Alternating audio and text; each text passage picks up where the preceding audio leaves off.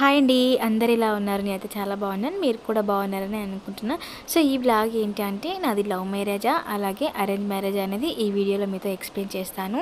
So video చూసే ముందు నాది ఒక చిన్న రిక్వెస్ట్ అండి. ఇంకా మన ఛానల్ ఎవరైనా సబ్స్క్రైబ్ చేసుకోకపోతే ప్లీజ్ సబ్స్క్రైబ్ చేసుకోండి. అండ్ వీడియో నచ్చితే లైక్ చేయడం మాత్రం మర్చిపోకండి. అండ్ ఇంకా ఈ వ్లాగ్ అయితే నేను సాటర్డే సండే అక్కడక్కడ షూట్ చేసుకున్నది వీడియో అండి. ఇంకా కెమెరా ముందు పెట్టుకుని డైరెక్ట్గా మాట్లాడలేకపోతున్నాను. అండ్ ఇంకా పిల్లలతోనైతే అస్సలు వీడియో ఎడిటింగ్ షూట్ చేయడం కుదరట్లేదు. కన్నయ్య స్కూల్కి వెళ్తున్నప్పటి నుంచి చాలా బిజీగా అయితే అయిపోతున్నానండి. ఎందుకంటే మార్నింగే లేవడం, కన్నయ్యని రెడీ చేయడం, అండ్ ఇంకా మా హస్బెండ్కి లంచ్ బాక్స్, టిఫిన్స్, సో ఇవన్నీ స్పీడ్గా చేసుకోవాలి. మళ్ళీ నాకు 12:30కే మళ్ళీ కన్నయ్యని కూడా తీసుకొని రావాలి. ఆలోపు పని అంతా చేసుకోవాలి. ఇంకా నేను ట్రైపాడ్ పెట్టుకొని ఫోన్ కెమెరా సెట్ చేసుకోవాలంటే 1 అవర్లో అయిపోయే పని 2 అవర్స్ అలా పడుతుంది. సో అందుకని ఇంకేం షూట్ చేయట్లేదు. అండ్ ఇంక ఇది వచ్చేసరికి సాటర్డే మార్నింగ్ బ్రేక్ఫాస్ట్ అన్నట్టు. ఇంకా డైలీ దోశలు, ఇడ్లీ తిని బోర్ కొట్టేసింది. అందుకని పిండి కొంచెం పులిసింది. ఇంకా ఊతప్పం వేసుకుంటే బాగుంటుంది కదా అనేసి ఊతప్పం అయితే వేసినాను. ఈ ఊతప్పంలో మామూలుగా టమాటాస్, ఆనియన్స్ అన్నీ వేస్తే బాగుంటుంది. కానీ మా హస్బెండ్కి టమాటా అండ్ పచ్చిమిర్చి వేస్తే నచ్చదు. అందుకని నేను ఇక్కడ ఓన్లీ ఆనియన్, క్యారెట్ తురుము ఒకటే వేసాను.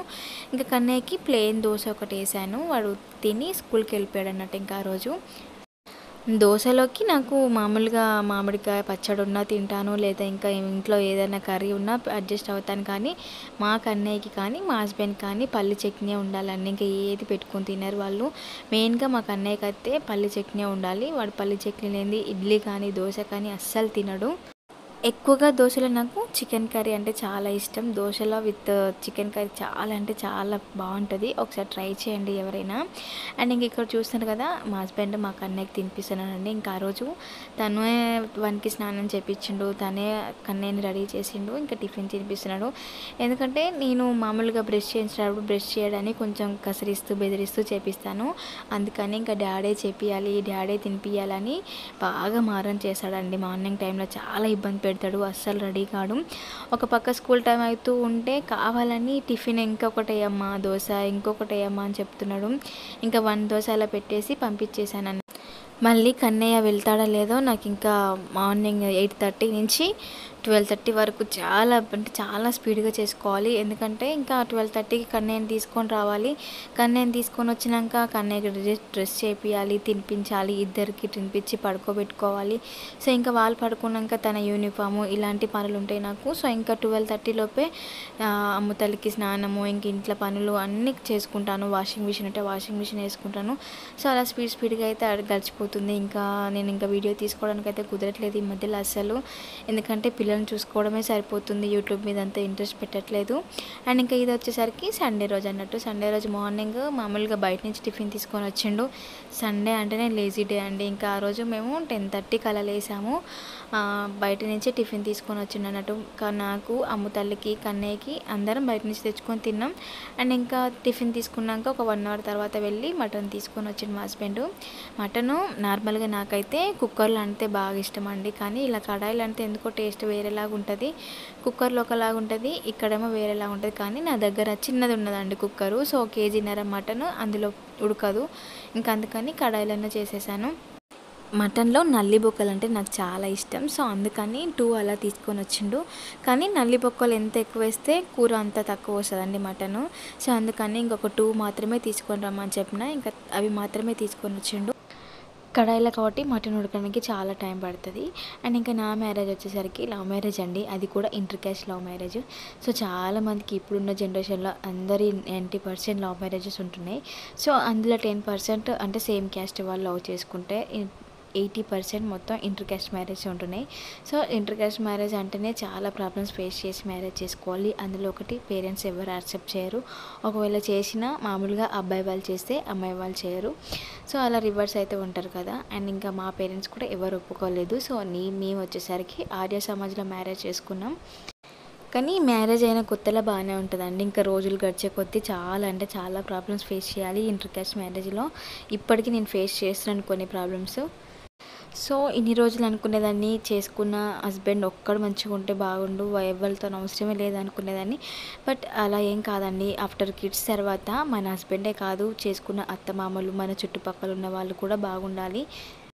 అలా అని మా హస్బెండ్‌తో నాకు ప్రాబ్లమ్ ఉందని కాదు. మా లైఫ్ అయితే చాలా బాగుందండి. మంచి హస్బెండ్ అండ్ ఇంకా ఒక పాప, ఒక బాబు, స్మాల్ ఫ్యామిలీ. ఇప్పటికైతే చాలా అంటే చాలా హ్యాపీగున్నాం. అండ్ ఈ ఒక్క విషయంలో అయితే నేను చాలా అదృష్టవంతురాలిని. ఏంటంటే మామూలుగా నాకు మ్యారేజ్ అయిన కొత్తలో అంటే ఇటు మా ఫ్యామిలీస్ మాట్లాడక, ఇటు హస్బెండ్ వాళ్ళ ఫ్యామిలీ సపోర్ట్ లేక, నేను మా హస్బెండ్ చాలా ప్రాబ్లమ్స్ ఫేస్ చేశాము. అండ్ ఇంకా ఏంటంటే మా కన్నయ్య పుట్టినప్పటి నుంచే మా ఫ్యామిలీలు 2 కలిసినాయి. అండ్ ఇంకా అప్పటి నుంచే మాట్లాడుకుంటున్నారు. ఇంటర్ కాస్ట్ మ్యారేజ్‌లో అందరి లైఫ్ ఒకలా ఉండదండి. అండ్ మ్యారేజ్ అయిన తర్వాత ఇంటర్ కాస్ట్ మ్యారేజ్‌లో మ్యారేజ్ అయినా 1 ఇయర్ ఉన్నా కూడా పేరెంట్స్ అబ్బాయికో, అమ్మాయికో నచ్చజెప్పి విడిపించి వేరే మ్యారేజ్ చేసుకున్న వాళ్ళున్నారు. నాకు ఏ బాధొచ్చినా నాకు బ్యాక్ బోన్ లాగా మా డ్యాడీ. సో, నాకు ఏ బాధ రాకుండా చూసుకునేలా మా హస్బెండ్. సో, ఇద్దరు నన్ను ఈక్వల్‌గా చూసుకుంటారండి. సో, వాళ్ళెవ్వరు నన్నైతే బాధ పెట్టరు. ఇప్పటికైతే చాలా అంటే చాలా హ్యాపీగా ఉన్నాను. ఇంకా ముందు ఎలా ఉంటుందో తెలియదు కానీ ఈ వీడియోలో ఏం చెప్తాను మీకంటే లవ్ మ్యారేజ్ చేసుకోవడం చెప్పను. కాకపోతే ఇంటర్ కాస్ట్ మ్యారేజ్‌లో చాలా ప్రాబ్లమ్స్ ఫేస్ చేయాలి. అంటే మనం లవ్ చేసి మ్యారేజ్ చేసుకున్న అబ్బాయి కూడా ఆఫ్టర్ మ్యారేజ్ తర్వాత చేంజ్ అవుతారు. సో, అప్పుడు మనల్ని కూడా కేర్‌లెస్‌గా చూస్తారు. అంటే అందరు అలా ఉంటారని కాదు, కొందరు ఉంటారు. అండ్ తను ఒక్కడే మంచివాడైతే కాదు. మన వాళ్ళ రిలేషన్స్, వాళ్ళ ఫ్యామిలీ కూడా అందరు మంచివాళ్ళు ఉండాలి. సో, అమ్మాయిలు ఒకసారి ఆలోచించి మ్యారేజ్ చేసుకోండి. ఇంటర్ కాస్ట్ మ్యారేజ్‌లు ఆఫ్టర్ కిడ్స్ తర్వాత ఇంకా చాలా ప్రాబ్లమ్స్ ఫేస్ చేయాలి. మన పిల్లలకి అమ్మమ్మ వాళ్ళ ప్రేమ ఎంత ఉంటుందో నానమ్మ వాళ్ళ ప్రేమ కూడా అంతే ఉండాలండి. అది కూడా మన మీదనే డిపెండ్ అయి ఉంటుంది. ఇంకా కన్నయ్య స్కూల్ నుంచి తీసుకొచ్చినాక పడుకోబెట్టిన తర్వాత ఇంకా మేము తింటున్నాము. సో, ఇంకా అప్పటికి అమ్మ తల్లి పడుకొని ఉండే. ఇంకా పడుకుంది కదా కొంచెం ప్రశాంతంగా తిందామని అనుకున్నాం. అన్నీ కింద పెట్టుకొని ప్లేట్స్ అలా అన్నీ పెట్టుకునేసరికి లేచి కూర్చున్నది మా అమ్మ. ఇంకా ఆడుకోవడానికి మామూలుగా ఫ్రిడ్జ్‌లో ఒక థమ్స్ అప్ బాటిల్ ఉంటే తెచ్చిచ్చిండు మా హస్బెండ్. తాగడానికి కాదు, తను దాంతోనే ఆడుకుంటుందని. ఇంకా అమ్మగారిని ఆడిపిస్తూ తను చూస్తూ స్లోగా అయితే తిన్నాము. ఇంకా మా కన్నయ్య ఈవినింగ్ టైంలో మమ్మీ పూరీలు కావాలి అని అడిగిండు. ఇంకా నేను కన్నయ్య అడిగిండు కదా అనేసి మామూలుగా నైట్ టైంలో చేసుకుందాం అనేసి నేను పిండి పిసికి అలా పక్కకు పెట్టేసిన. ఇంకా నైట్ టైంలో ఏంటంటే మామూలుగా ఇంకా కర్రీ ఉంది కదా, రైస్ ఒకటే కదా పెట్టుకోవాల్సింది, పూరీలు కూడా తొందరగా చేసుకోవచ్చని కింద ఒక బర్త్డే పార్టీ ఉంటే అలా వెళ్ళేసి వచ్చినాం. అక్కడనే 10 అలా అయిపోయింది. మళ్ళీ కింది నుంచి వచ్చి స్పీడ్గా ఇంక ఇద్దరు ఒకటేసారి ఏడుస్తున్నారు. మా కన్నయ్య అమ్మగాడు స్పీడ్గా ఆ రోజు నైట్ అయితే పూరీలు అయితే చేశాను. కన్నయ్యకి చాలా ఇష్టం పూరి విత్ మటన్ కర్రీ అయినా చికెన్ కర్రీ అయినా వాడు ఇష్టంగా తింటాడు. అండ్ ఇంక ఇక్కడ మా హస్బెండ్ వీడియోలో కనబడతానేమని సైడ్ కూర్చొని తింటున్నాడు. తనకి ఇష్టం ఉండదు వీడియోలో కనపడడం. ఎప్పుడో ఒకసారి నేనే తనకు తెలియకుండా కొన్ని వీడియోస్ అలా తీసుకుంటూ ఉంటాను. అస్సలు ఎంకరేజ్ చేయడం అన్నట్టు వీడియోలు తీసుకోవడం ఎందుకో తనకు అసలు నచ్చదు. ఇంకా యూట్యూబ్కి వచ్చేసరికి అసలు యూట్యూబ్ ఎందుకు స్టార్ట్ చేశానా అని బాధ అవుతుందండి. ఎందుకంటే ఎంత కష్టపడి చేసినా అస్సలు వ్యూస్ రావట్లేదు. ఇంకా లాంగ్ వీడియోస్ అయితే మామూలుగా 100 మించి అయితే అస్సలు పోవట్లేదు. షార్ట్ వీడియోలు అంటే ఏదో ఒకటైతే అలా పోతుంది. కానీ ఇంకా లాంగ్ వీడియోలకే ఎడిటింగ్ థంబ్నెయిల్ అని ఎక్కువ టైం పడుతుంది. కానీ అస్సలు వ్యూస్ అయితే రావట్లేదు. ఎందుకంటే వ్యూస్ ఎక్కువ వస్తేనే చేయాలని ఇంట్రెస్ట్ వస్తుంది. వ్యూస్ రాకపోతే అస్సలు చేయబుద్ధి కావట్లేదు. సో, అందుకని నాకు లాస్ట్ 3-4 వ్లాగ్స్ అసలు వ్యూస్ రాలేదు. అందుకని ఇంకా లాంగ్ వీడియో మీద ఇంట్రెస్ట్ అయితే పోయింది. కానీ ఇన్ని రోజులు కష్టపడ్డాయి కదా, మళ్ళీ ఆ కష్టం వృధా కాకూడదని మళ్ళీ వీడియోస్ తీయడం అయితే స్టార్ట్ చేశాను. సో, ఈ వ్లాగ్ అయితే ఇంతేనండి. నా వీడియో కనుక నచ్చితే లైక్ చేయండి, అలాగే సబ్స్క్రైబ్ చేసుకోండి.